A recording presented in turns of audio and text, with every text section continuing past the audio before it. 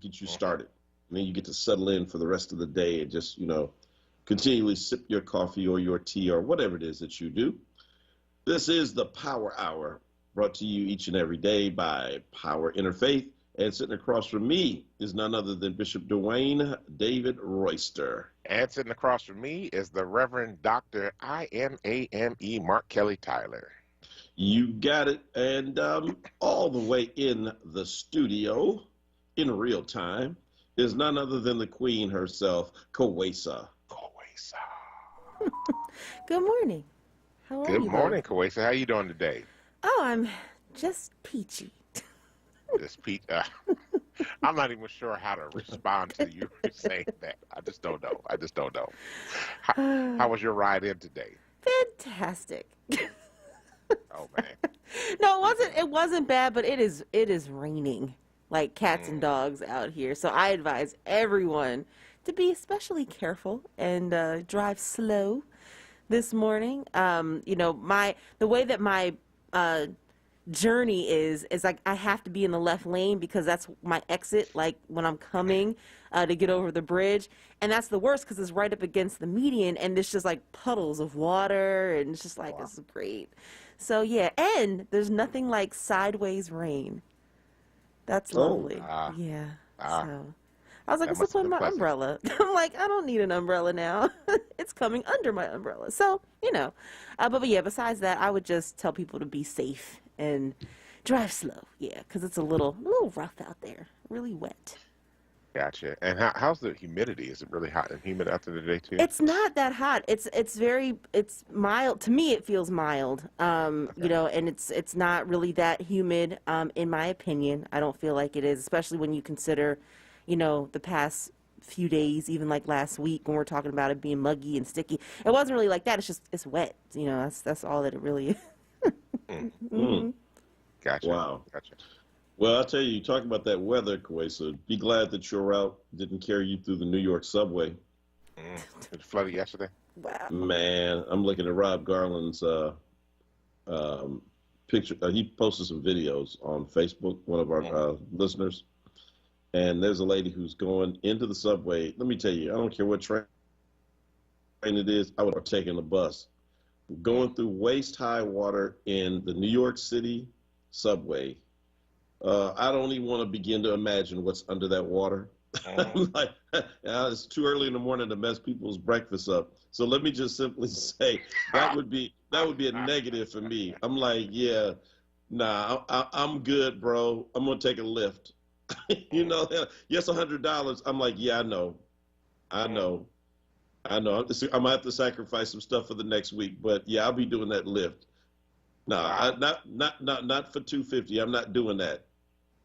It looks like something from Joe Rogan's. Like, what is that show he used to have? The Fear Factor. Yeah, the fear factor. Yeah, Yeah, absolutely. walk through waist high water in the New York City subway to catch the A train. Nah, I ain't got that. No, no, I am definitely fearful. You have caught me tapping out.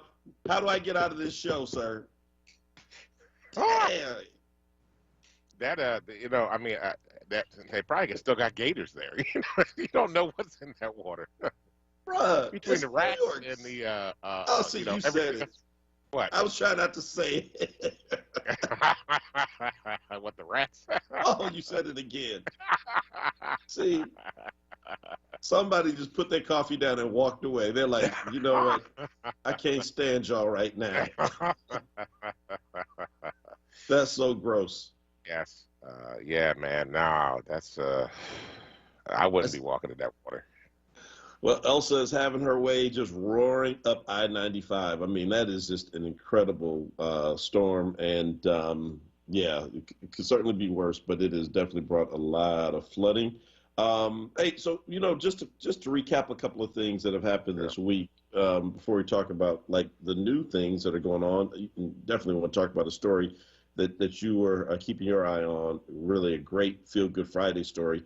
But let me just kind of bring an update on the AME Church since we brought it up on yesterday. And, 2 days ago had a really rough day around not having conversation and debate about questions of gender identity and just the way in which the parliamentary procedures happened was just very, hurtful for a lot of people. Right. But that being said, yesterday was a new day. And thanks to the organizing efforts of some amazing people, including Philadelphia's own Dr. Jennifer Leith, who went on to Yale to get a PhD and is now teaching in Denver and pastoring out there. She and a number of other people, younger and older people, our friend Bill Lamar, pastor metropolitan in D.C., they introduced a resolution calling for the AME Church to enter into intentional discernment and discussion and debate and learning, which is, and it passed with no acrimony. It was a totally different spirit in the room, and we'll come back and report and hear back from this group in 2024. But we're the first, really, I believe, the first large Black independent denomination in America and abroad to even engage in this kind of intentional conversation. Mm-hmm. And I think that's where it has to begin. It's like it's a big listening campaign. Absolutely. And so I want to applaud the delegates of the conference because, we always talk about the church as though it's a building, but it's the people. And for the people to come back the next day and say, look, we heard folk last night, we heard the anger, we heard the hurt and the pain, and the very least we can do is to go into conversation, and who knows what happens after 2024. But that's how family deals with it. And for the folk who are fearful that this issue will divide the AME Church like it has done the United Methodists and Presbyterians and the Episcopal Church and other white denominations, I continue to maintain that there is a big difference in the way that we are going to address this and the way that white denominations address it. Because they're just some very, white supremacy, first of all, is not one of the issues driving our conversation. Mm-hmm. That's right. That's right. I was watching from a distance, right, and watching virtually, and basically checking out people's Twitter feeds and Facebook feeds and things that are going on. I have to say, it was very powerful, especially somebody who's an organizer, to watch this from a distance, to see the move that was taken. It reminded me of our early fight when we were trying to do stuff around the airport, and we lost that first battle, but we didn't give up, right? And we had to reorganize and approach the issue from a different angle. And so I just appreciated all the leaders that were the clergy and the lay folk that were deeply engaged in this, who just went at it from a different angle to be able to bring that to the table. And sometimes you got to create tension, and so there was a tension created by the denial of the debate of the resolution that was coming forth originally. But sometimes you have to create tension outside of that space. And you were a part of that. The Christian Recorder was a part of that. There were others that were, saying things. And certainly the campaign on Facebook, Twitter was not good for the AME Church at that moment. And I'm sure those in power recognized that they had to, do something to try to, quell this. And in a sense, part of it has to do with the fact that it is a church. And this was a pastoral response to a deeply painful issue inside the church. And if they hadn't have done that, then the question would have been, is this the church? And so I appreciated, watching, like you said, those folk, Dr. Leith, Reverend Lamar, soon to be Dr. Lamar. Oh, he's Dr. Lamar too. That others that were doing that work, and also you, because you are part of that as well. So thank you. Yeah, well, listen, I appreciate that, and but you're right. It was a real powerful organizing moment, and I thought about it afterwards. I said, this is exactly what we do in organizing, right? And you and I learned at the same time a lot of these techniques. Starting with the listening campaign.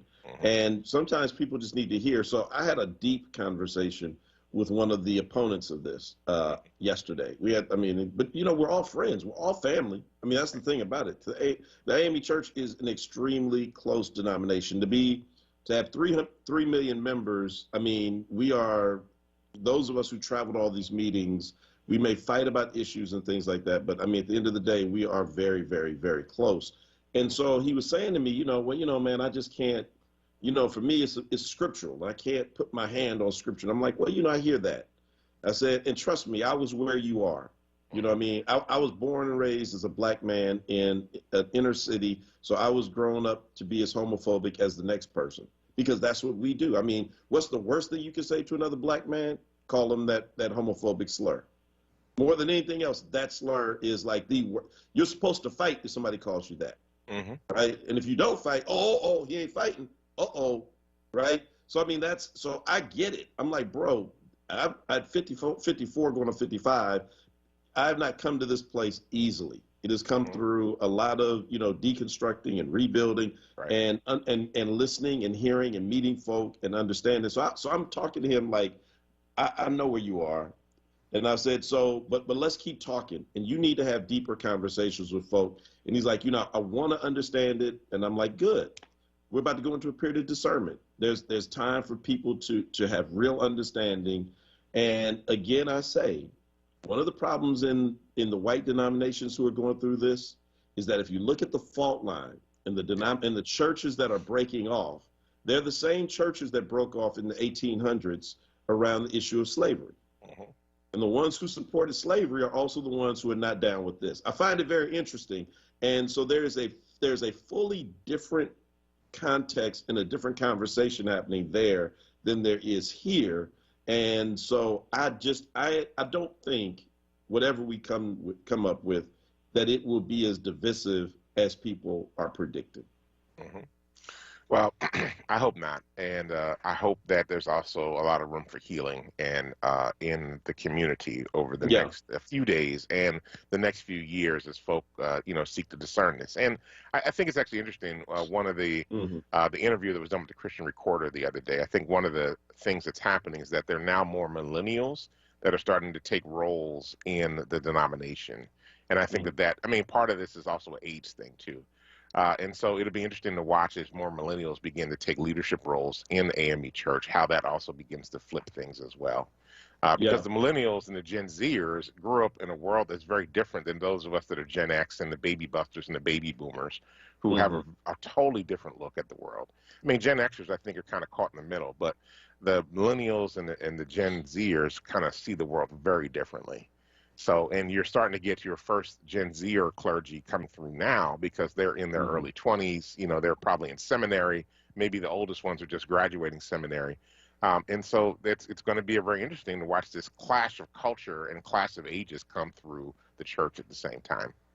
Well, but again, what's funny is, bro, talk to a lot of these young folk. They've been getting stopped in the hallways. So Reverend Stephen Green, who's another young, friend of ours who's been out front with this, and he's now pastoring, by the way, in Harlem. But he's telling me, like some of the older women and older men in the conference were stopping him through the hallways, like, keep fighting, young man.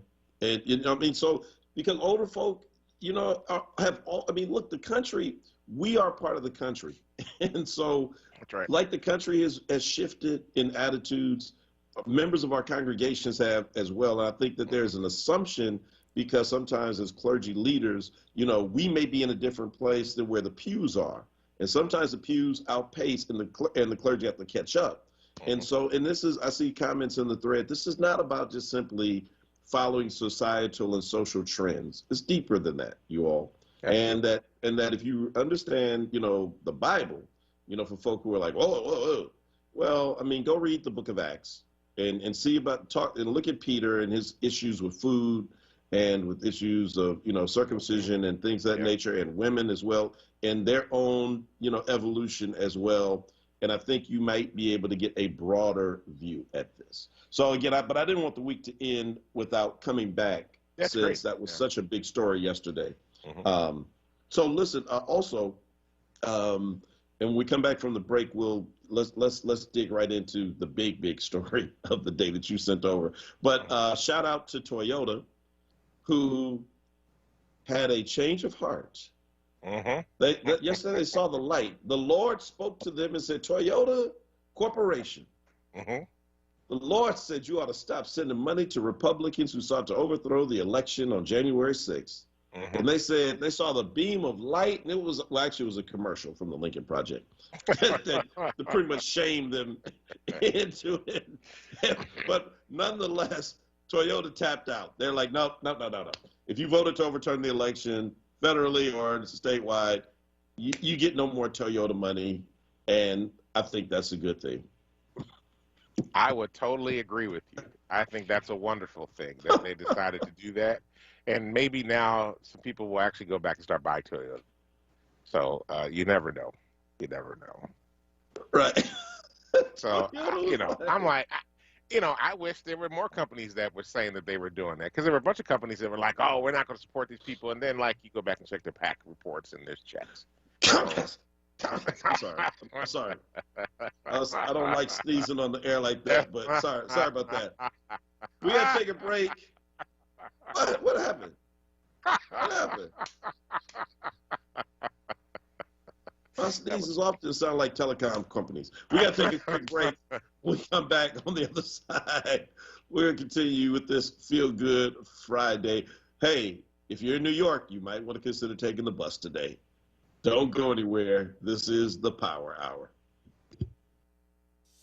Get in and get seen at the Einstein Orthopedics Fracture Care Clinic. If you think you've broken a bone or have been told by your doctor that you have a fracture, the Einstein Fracture Care Clinic offers same-day, in-person, or telehealth appointments. We don't just give you peace of mind. Einstein Orthopedics provides answers when you need them. Visit einstein.edu/fracturecare to learn more.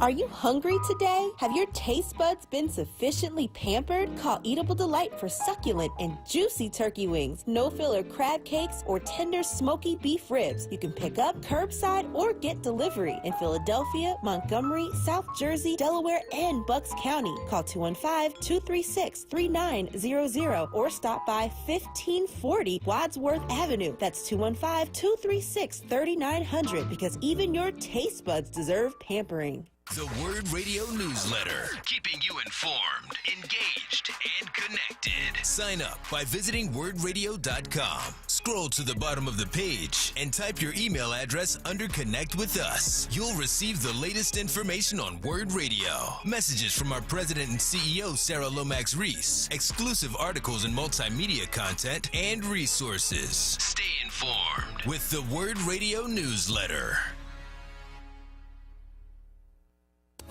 You're listening to WURD Radio, 96.1 FM and 900 AM WURD, independent black media. Welcome back to the Power Hour. This is Dwayne Royster along with Mark Kelly Tyler. We're here Monday through Fridays from 6 a.m. to 7 a.m. to bring you the latest in news happenings around Philadelphia and, of course, our opinions. And we have plenty of those to share with you each and every day to help you get your day started and to make it so that you are thinking and vibrant and ready for whatever comes your way. Yeah, man. Boy, oh boy, what a week we have had. And it's just gotten better for one young 14-year-old, a Guinness Book winner, future WNBA Hall of Famer, and all of that stuff. Yes. Talk about her. Yeah, so Zayla, I think I'm saying that right, Avant-Garde, that's her name, from Harvey, Louisiana, became the first African-American winner of the Scripps Spelling Bee. And she's the second black champion. There was another winner who was from Jamaica back in the 1930s.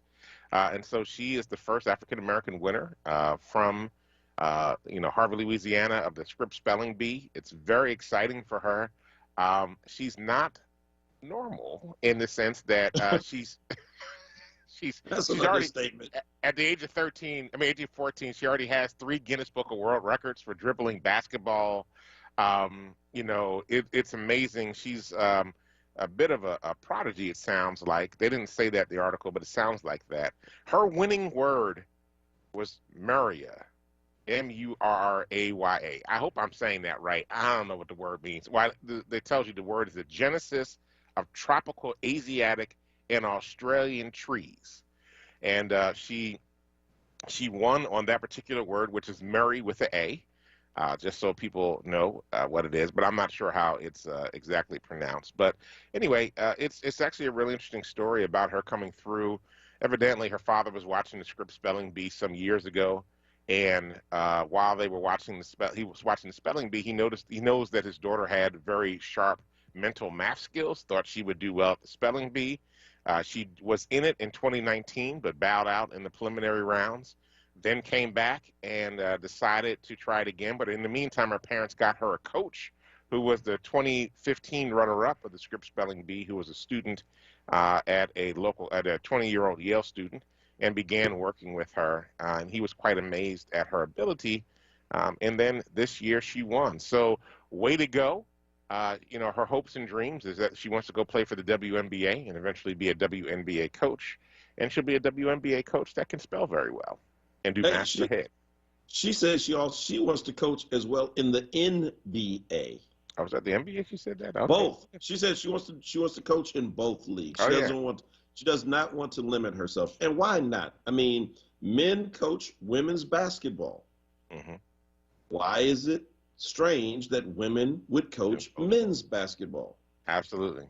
Absolutely. Coaching is strategy. It ain't got nothing to do with you getting out on the court physically playing the other person. If Jeff Van Gundy, have you ever seen him? No. Kawasa, tell him who he looks like. Jeff Van Gundy. He looks like Mr. Potato Head. I mean, like literally. He's a nice guy, but I'm just saying, he ain't no baller. Mm-hmm. Jeff Van Gundy is, you see him, you're like, you're an NBA coach and analyst. Great guy, but again, he's not a baller. And so if he can have that dream and have succeeded in it, why can't she? So we're going to be seeing Miss Avant-Garde a long time, but what's remarkable about this accomplishment, winning the spelling bee, the Scripps Spelling Bee, is that so in almost 100 years, she's only the second African American to get to this point. The first did not win, was a finalist, and only the second black person to win it, right? The first was from Jamaica. Yeah, Jamaica in 1939. Yeah. And thanks, Joe Simmons. He says, yeah, she looks like Pee Wee Herman. Oh, not wow. Mr. Head. Yeah. Well, that's a big different. That's a different look, though. I just want to say that's a very different look. But shorter than Pee Wee Herman, kind of in a Mr. Potato Head look. But she is. But I mean, I just can't. So first of all, I thought Akilah the Bee was a real story. It wasn't. I guess it was not. You saw that movie, I'm sure, right? I did. Yes, I did. Yeah. Yes, I saw it several times. Yeah. So for some reason, I thought that was actually a factual account, and that she ended up winning. But maybe, last time I saw it, my daughters were much younger when we showed it to them, and so will this? Do you think? Bring to the forefront like other young black American competitors on this level, given the fact that, as Raphael pointed out, that, I mean, this is the first time I think in like years that it's broken the streak of Indian American. South Asian. Yeah. South Asians have won it every year since 2008, I think, or something like that. Right. And so, I mean, is this an opportunity? I'm not sure, because listening to her, dude, she's like, this is just like one of many good things that happened in her week. Yeah. Yeah, she's had a week. Let me just correct something. Jody Ann Maxwell of Jamaica won in 1998. I'm sorry, I said 1939. It was 1998. Jody Ann Maxwell won of Jamaica. Yeah, you don't want to get them mad. There's been an Indian American champion every year since 2008. My God, that's amazing. I mean, well, so listen. But again, I don't know. I mean, one would think, okay, we're going to use this. She's going to parlay this into kind of like almost like a school to bring along other young people behind her. But listening to her, she's like, yeah, that was cool. I'll kind of put that trophy next to my Guinness World Records. And she's like, I'm moving on now. Yeah. She was like, I don't have to do this anymore. She says, I'm getting old. I'm 14. I don't have much time. I mean, 14. What were you doing at 14? Now, so here's the thing. I'm really curious about this. So her father gave her the last name Avant-Garde in tribute to jazz musician John Coltrane. And I wonder, jazz is a complex musical, arrangement, right? It's not traditional music by any means. So I wonder, some years ago there were a couple of states that were giving out to new moms CDs of classical music because it was supposed to help brain development. I Mm-hmm. wonder if having our children listen to jazz would help with brain development. Mm. Because the music is complex, so the mind's got to wrap itself around that. I just want. It's actually interesting. When I was a kid, I hated jazz. My uncle played jazz constantly, and when we were always at my grandmom's house, he was always playing jazz. And but now I have a deep appreciation for it, and primarily because of the complexity of jazz music and the improvisation and the deep resonance and the way that the chords work differently than like classical music or R&B or pop or hip hop or whatever. So I just wonder if it sounds like her dad was really a jazz buff, and I wonder if coming up listening to that, had an impact on her mental development. That's an interesting concept. And some would add other, genres of music as well. Because music today ain't what it used to be, bro. I mean, it's like, computer, give me a song that I can make millions off of. Okay, here you are. I mean, people don't have the same appreciation for, like you said, I mean, jazz.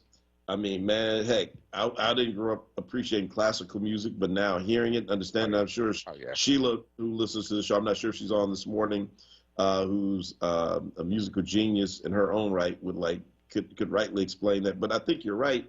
Well, but so, okay, this brings out, like, we weren't even going to talk about this, but this is why I appreciate a liberal arts education, right? I mean, some people say, oh, you don't need all of that. You just need to learn, some kind of like technical skill and then go off and then produce something.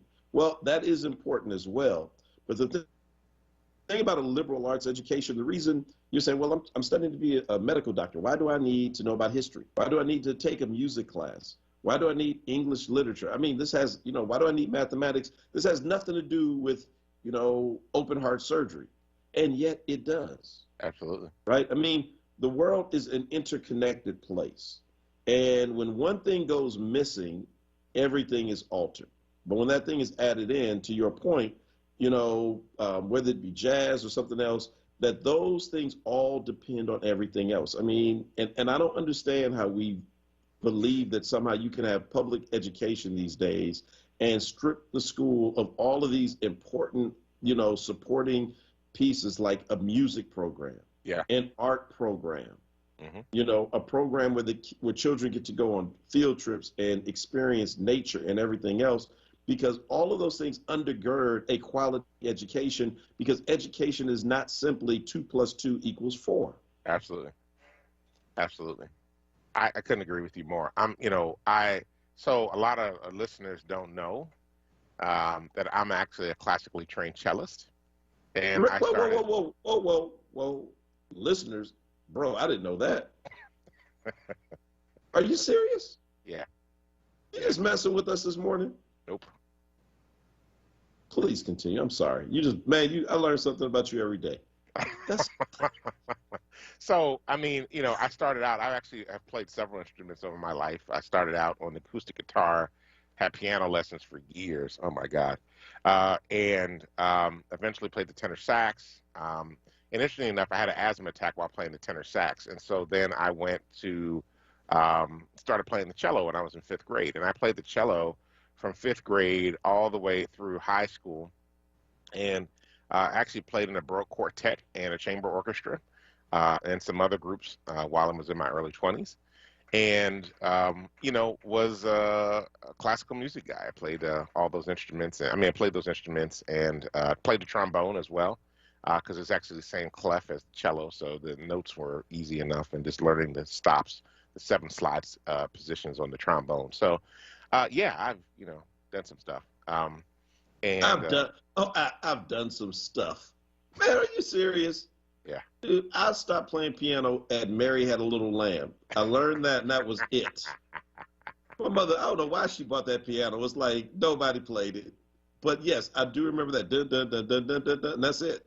Yeah, actually, if my brother's listening, my brother, sister, and I all had piano lessons together. My brother managed to finally finagle getting out of it. My sister and I couldn't. I was about to say, no, Stone was not playing the piano. We had to play. Well, Damon, I don't think only played for a couple of years, but my sister and I had piano lessons for like 5 years. Wow, bro, you just blew my mind this morning, man. Talk about a feel good Friday. Yeah, I'm telling you, that's like incredible. I love that story. You have to play the cello on the show one day.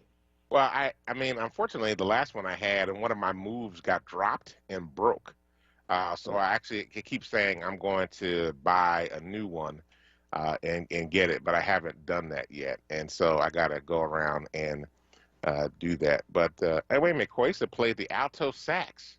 What? We got a band. And she named it Pup for the pick up the pieces because I wanted to play my sax just like that. Wow, way to go, Kwesa. So, I mean, here, check this out. We've all, had some musical influence, and look where we are today. So I'm just saying, music is really helpful.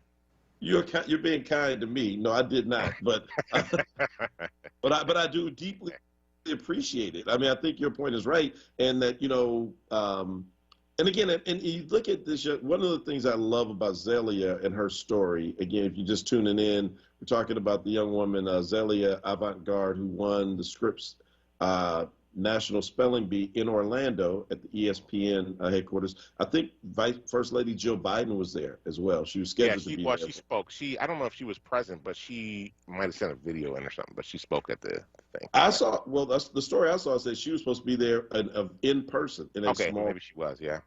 Yeah, and so, I mean, that's even, even better. But, yeah, but the idea. Oh, yeah, she stayed to watch the whole thing. See, yeah, so I'm saying, and so, but this young lady is so well-rounded, and that's for me, that's the real takeaway, which is that it's like, so she's a basketball phenom. I mean, she's already been in a TV commercial with Steph Curry for basketball, you all. Oh, wow. She's 14 and did a commercial. Her dribbling skills are so dope that she did a commercial with Stephen Curry. Let that sink in. That alone for some people would be the highlight of their life. But she's like, oh, that thing, yeah, I have to keep remembering I did that, because I also won 3 Guinness Book records. Now I'm the first Black woman from America to win the Scripps National Spelling Bee, and I did it all before the age of 15. Yeah. But it is, as you said, you can clearly see that she has been exposed to so many things. And when, one of the things I think about even in our own community, and you look at our, what's happening in our streets and everything else, that a part of it appears to be that, again, we try everything with one type of approach, as opposed to understanding that sometimes you need multiple approaches. For some people, they learn music is the key. For others, it's religion. For others, it's history. For others, it's mathematics, whatever it is. But we have to try everything. I mean, it's almost like that Montessori approach. Throw everything in the room and see what the kids gravitate to, and then use that to teach them everything else. Gotcha. Let me just give a shout out to Ron Lipscomb, who is a well-known cellist here in the city of Philadelphia, African-American, who was actually one of my teachers when I was at Settlement Music School. So I studied at Settlement for several years. So I thought I would just give Ron a shout out while I had a chance. There are actually a lot of Black classical musicians that are out there, and we often don't give them a lot of credit. So I just want to acknowledge that.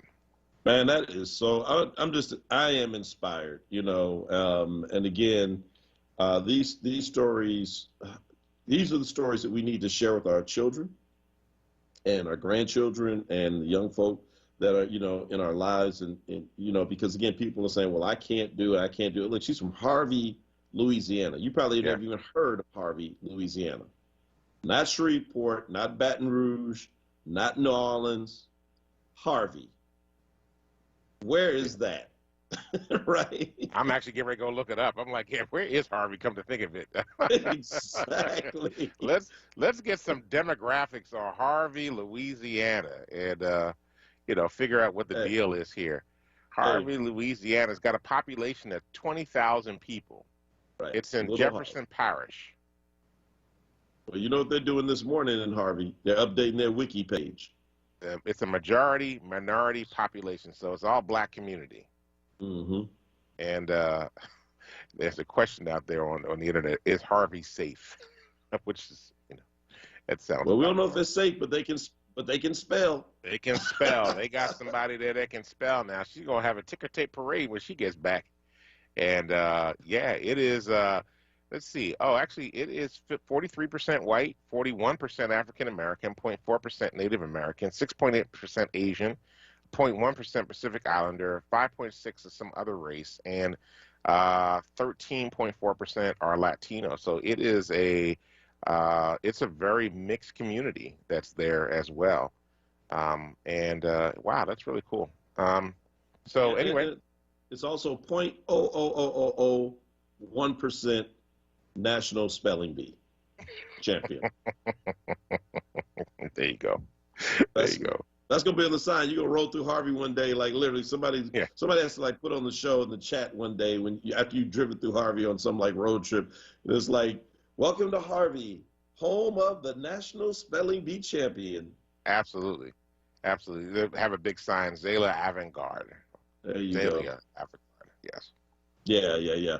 Let's see. Gary says we need a WURD classical concert held at Mother Bethel. We've done a lot of different concerts, a lot of different things. I'm always open to that. Hey, Gary, tell you what, let's see if Sheila Booker would like to organize something like that. Sheila was mentioning all the instruments that she played too. She had a whole list that was there, and piano, organ, and vocal performance.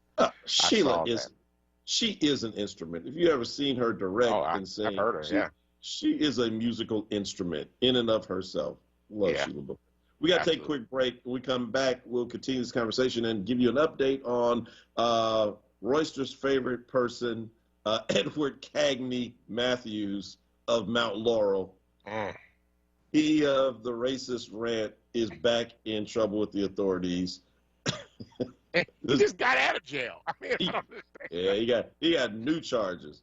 That worst thing he ever did was, come see me. Okay, they haven't stopped. We'll be right back. This is the Power Hour. At Bank of America, we believe in the power of action. That's why we've expanded our efforts to advance racial equality and economic opportunity with an additional $1.25 billion to drive impact. I'm Jim Dever, President of Bank of America at Greater Philadelphia. My teammates and I are proud of our ongoing partnership with Urban League of Philadelphia. Together, we're connecting more people to new skills and better jobs. What would you like the power to do? Bank of America, N.A., member FDIC, equal credit opportunity lender. I would like to play a little tune I just composed not so long ago. Hey, family. Do you like hearing the best jazz selections aired by 3 of the best jazz announcers in Philadelphia? Well, tune in to 96.1 FM, 96.1 FM, and 900 AM, WURD Radio, independent black media, for Freedom Sounds of Jazz. Freedom Sounds of Jazz. Hear Freedom Sounds of Jazz 10 p.m. Fridays with your hosts in rotation, Aquila, Jonathan Bay, and David Fritz.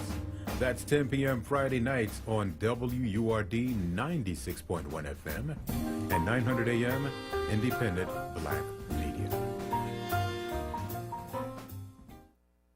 Now, a traffic update on WURD Radio. Looking busier out there, this traffic report sponsored by Staples Stores.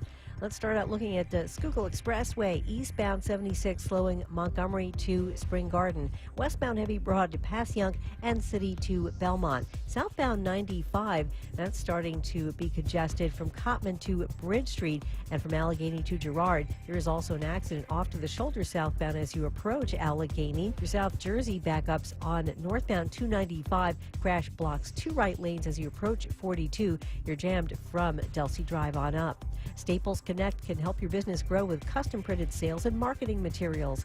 Right now, get $20 off signs, banners, or posters when you spend $75 or more. Offer ends 7/31. Exclusions apply. Visit staples.com/signage. Staples Connect, the working and learning store. For more traffic information, log on to sigalert.com.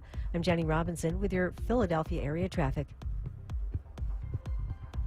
Now, a WURD Radio weather update. Here's NBC 10 First Alert meteorologist Steven Sosna. Happy Friday. Tropical storm Elsa slowly exits the area here this morning, so heavy rain starts to come to an end. Look out for areas of flooding across South Jersey where the heaviest rain fell. We'll get some partial clearing by midday. Temperatures in the mid-80s, 90 this afternoon. Strongest severe thunderstorms, though, once again a problem after about 4 o'clock, so keep a close eye to the sky. Evening strong storms clear out late tonight, low temperature 69. Over the weekend, at least we get one nice day. Saturday, partial sunshine up to 86. On Sunday, sunshine, humidity, more thunderstorms in the afternoon and a high temperature of 86 degrees. I'm NBC 10 First Alert meteorologist Steve Sauce.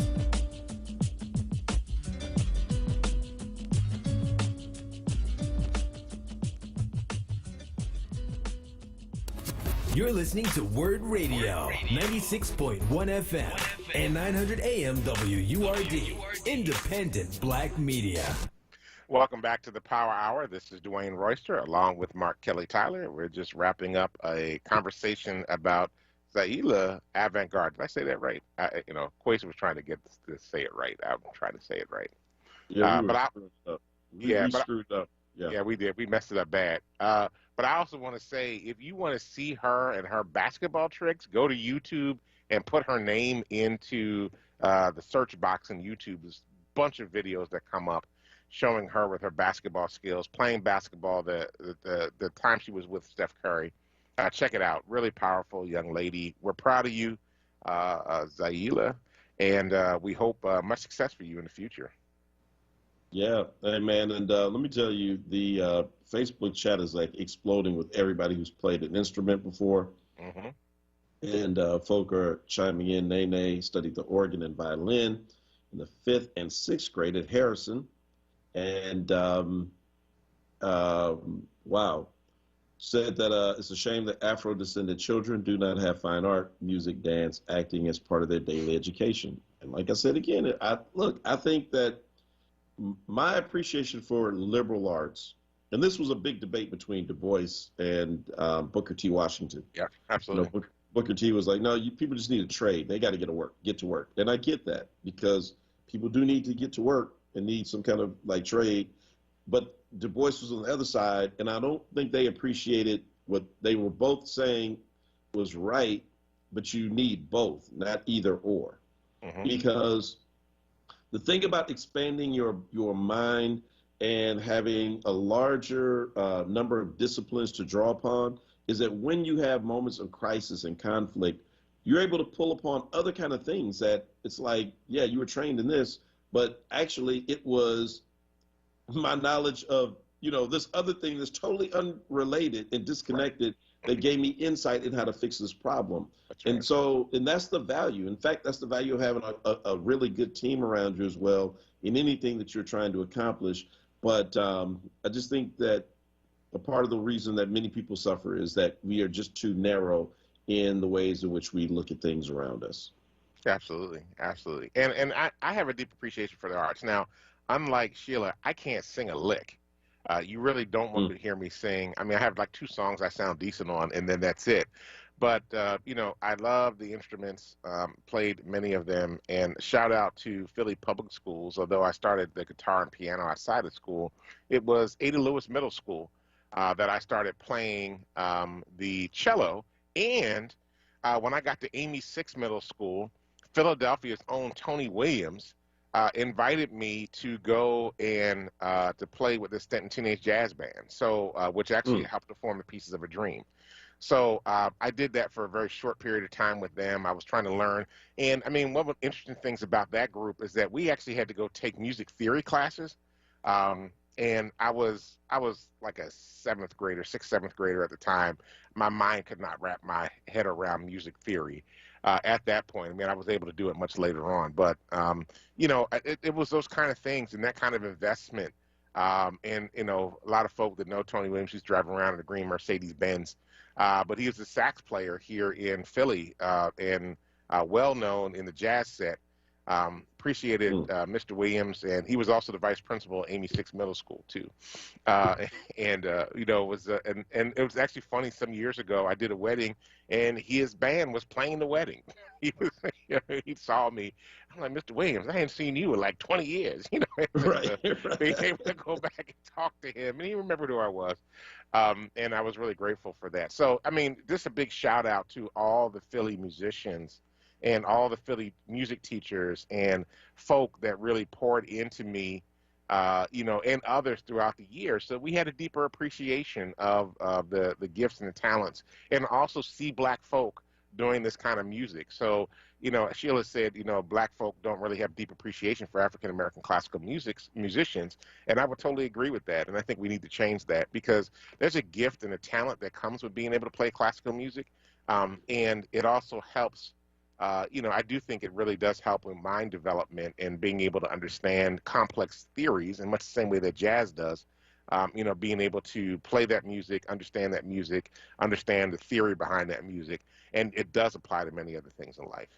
Well, listen, you can take that comment from Sheila and expand it even more. And I think this is a part of what I'm trying to get at about the ways in which we need to have a deeper appreciation for all types of learning. You go away to college, come back from the summer. It's kind of like, oh, you're back, huh?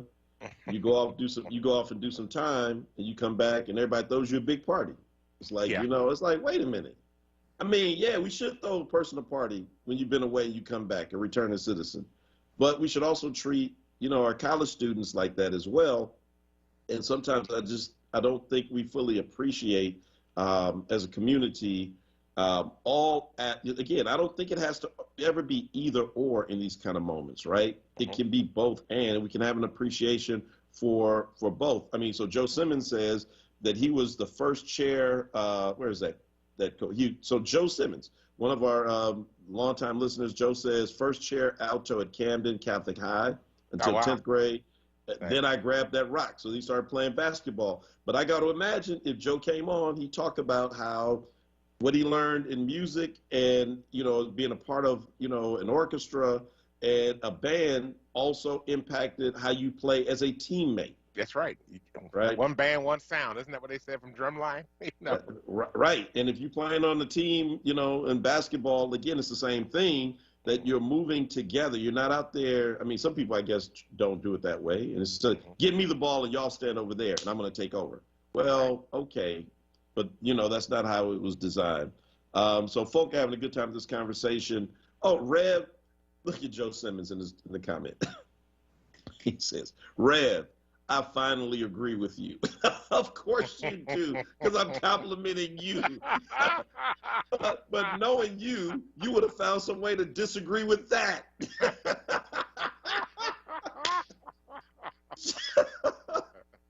Joe from sunny Florida. Oh, man, I love you, Joe. Have a great weekend, my brother. Oh, my God, y'all are making my day. Bernita started with poetry last year during the pandemic. Last poem I recall was from 5th grade. Yes. Oh, that's a whole nother, poetry. Don't even get me started there. On our worship service on Sunday mornings, during the pandemic, instead of the prayer, we call it a poetic prayer. So Chrissy Mosley she actually does original poems for us almost every Sunday. She's a member and just, an incredible poetess. But it just brings, so to have somebody reflecting on the week that was and everything Black folk are going through in original poetry in a worship experience, again, the reason we do it, why? Because people learn from different ways. It's not, as Leslie put in the comments, as I talk about education, it's not one size fits all. And we miss a lot of people when we try to just keep everything narrow. Yeah, actually, I was going to steal that idea from you. I just want you to know that. What's that? The education? No, the poetry and the worship experience. So down at my congregation, we had a young lady down at the spoken word. And actually what we did a couple of Sundays is I gave her the sermon time. And she did a couple of powerful pieces during the sermon. Actually blew everybody's mind. She's also a school teacher. And just was absolutely incredible. So I stole that idea from you. I just want you to know that. Hey, man, you can have it. So, I just want to just simply say we need the Power Hour Orchestra. The big band. We already got a cellist. We got a sax player. Sheila can direct. And if you need somebody to play Mary Had a Little Lamb, I'm your guy. I got that down, bro. One finger. I only need one finger. You can't even do two fingers, just one finger. No, I don't need it. I'm that good. I walk by a piano, I always stop like, doom, doom, doom, doom, doom, doom, doom. I still got it. All right. Well, I guess we can't talk about Cagney today. We'll have to say that for next week. Hit us up. Let's give us a quick update. Oh, well, he got hit with more charges. Apparently, he sells drugs, too, according to his own. He was on a video talking about the reason the cops don't mess with him. This is the guy that, earlier this week, last week, gave out his address, and then BLM protesters showed up, shut him down. He was arrested for harassing his neighbors, using racial slurs. Mm-hmm. They came back, found some weapons like, slingshots with BBs and pellets, and some mushrooms. Not the kind you eat, but the kind that make you hallucinate. And but he was in a video, another video, saying to people, allegedly it's him, you can't see his face, but he's bragging about the fact the reason the cops don't arrest him is because he sells drugs, and they know him. He said, I've been to jail 3 times. I sell drugs, but that's why they don't mess with me. I'm like, boy, you talk too much. You talk too much. If you are a drug dealer, you talk way too much, but we know that because you told people on social media your address and said, come see me. You obviously don't understand the times we're living in. So he's having a second bad weekend in a row. That's a shame. Feel so bad for him. Psych. Do you really? Do you really? No, I said psych. I'm like, psych. All right, everybody. Thanks for being here for the Power Hour this week. We deeply appreciate you.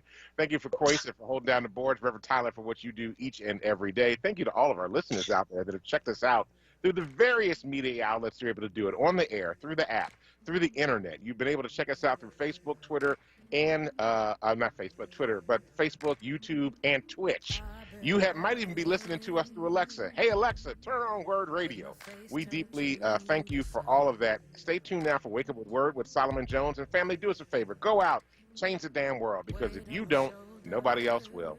Peace. Enjoy your Friday, everybody. Enjoy your Friday. Enjoy the weekend.